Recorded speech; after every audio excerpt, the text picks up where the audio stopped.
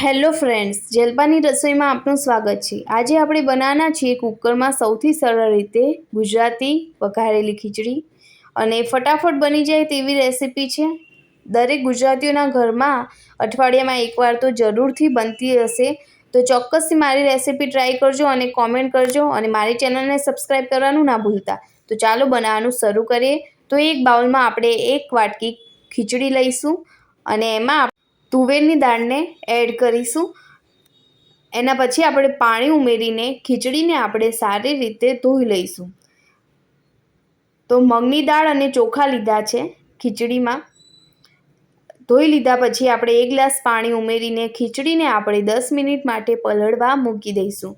તો 10 મિનિટ થઈ ગઈ છે, હવે ચેક કરી લઈએ। તો ખીચડી એકદમ સારી એવી પલળી ગઈ છે। તો આવી રીતે પલળવા 10 મિનિટ મૂકી દઈએ તો ખીચડી જલ્દી બને છે અને સારી બને છે। તો એના પછી વઘાર માટે આપણે એક કુકરમાં થોડું તેલ ઉમેરીને તેને ગરમ કરવા દઈશું અને ગરમ થઈ જાય એ પછી આપણે 2 તમાલપત્ર નાખીશું અને એના પછી આપણે સૂકા મરચાં એડ કરીશું। તમે લવિંગ પણ આમાં એડ કરી શકો છો। રાઈ નાખીશું અને રાઈ ફૂટી જાય એના પછી જીરું એડ કરીશું, થોડી હિંગ એડ કરીશું અને લીલો લીમડો એડ કરીશું અને વઘારમાં થોડી હળદર એડ કરીશું। એના પછી લીલા મરચાં, ડુંગળી સમારેલી એ એડ કરીશું। એના પછી ઝીણા સમારેલા ગાજર એડ કરીશું। 1 નંગ કાપેલું બટાકું એડ કરીશું। તો લીલા વટાણાને એડ કરીશું। એના પછી સિંગદાણા નાખ્યા છે, ટામેટું એડ કરીશું અને એના પછી આપણે બધા જ વેજીટેબલ્સને મિક્સ કરી લઈશું અને થોડીવાર માટે આપણે બધા વેજીટેબલ્સને સાંતળવા દઈશું।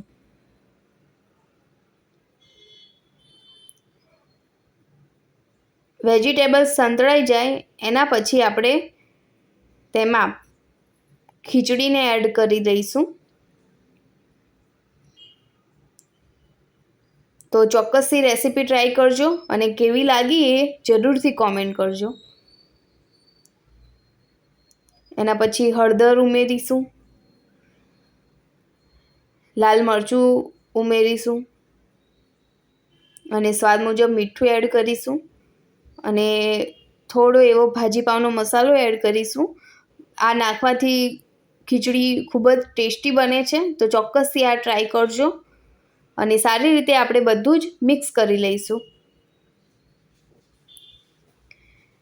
તો થોડીવાર સાંતળવા દઈશું અને એના પછી આપણે પાણી ઉમેરી દઈશું। તો અહીંયા મેં 2 ગ્લાસ ને ઉપર થોડું પાણી નાખ્યું છે ખીચડીમાં। બધું હલાવી લઈશું અને પછી આપણે ખીચડી થવા માટે મૂકી દઈશું। તો કુકર બંધ કરી દઈશું અને 3 થી 4 વિસલ વાગે ત્યાં સુધી થવા દઈશું।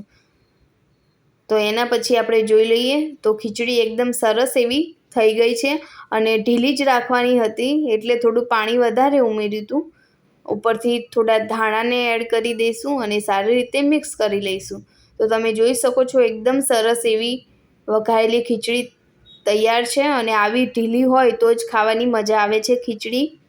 અને મારી આ રેસીપી તમને કેવી લાગી એ જરૂરથી કોમેન્ટ કરો અને મારી ચેનલને સબસ્ક્રાઈબ કરી લેજો, લાઈક કરો અને શેર કરો અને સપોર્ટ જરૂરથી કરજો।